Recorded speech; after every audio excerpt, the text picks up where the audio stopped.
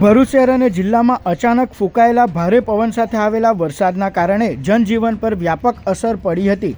શહેરના વિવિધ વિસ્તારોમાં નુકસાનની ઘટનાઓ સામે આવી હતી. જોકે સદનસીબે કોઈ જાનહાનિ નોંધાઈ નથી.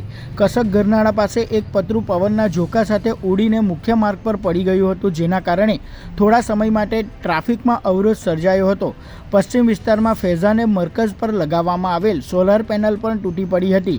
નગરપાલિકા સામે આવેલ ડ્રીમલેન્ડ શોપિંગ સેન્ટરમાં લિફ્ટનું એલિવેશન તૂટી પડતા આસપાસના વિસ્તારમાં ચિંતા ફેલાઈ હતી. શહેરના ચંદન ચોક વિસ્તારમાં એક વિશાળ વૃક્ષ ધરાશયી થઈ દુકાન પર પડી ગયું હતું, જેના કારણે માલમત્તાનું નુકસાન થયું હતું. પવનના કારણે વીજ પુરવઠાને પણ વ્યાપક અસર પહોંચી હતી. વિવિધ વિસ્તારોમાં વીજ વાયરો તૂટી પડતા વીજ પુરવઠો ખોરવાયો હતો. દક્ષિણ ગુજરાત વીજ કંપનીની ટીમ દ્વારા રાત્રિ દરમિયાન સમારકામ હાથ ધરી વીજ પુરવઠો પુનઃ કાર્યાન્વિત કરાયો હતો.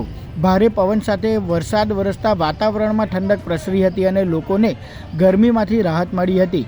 જિલ્લામાં હાંસોટમાં 3 મિલીમીટર જ્યારે આમોદ અને વાગરામાં 1 મિલીમીટર વરસાદ નોંધાયો હતો. માર્ચ મહિનામાં જ કમોસમી વરસાદ વરસતા ખેતીના ઊભા પાકને નુકસાનીની શક્યતા વ્યક્ત કરવામાં આવી છે. અત્રે ઉલ્લેખનીય છે કે હવામાન વિભાગે અગાઉથી જ માવઠું અને પવન ફૂંકાવાની આગાહી કરી હતી. આમ આગામી 21 માર્ચ સુધી માવઠું થવાની સંભાવના છે.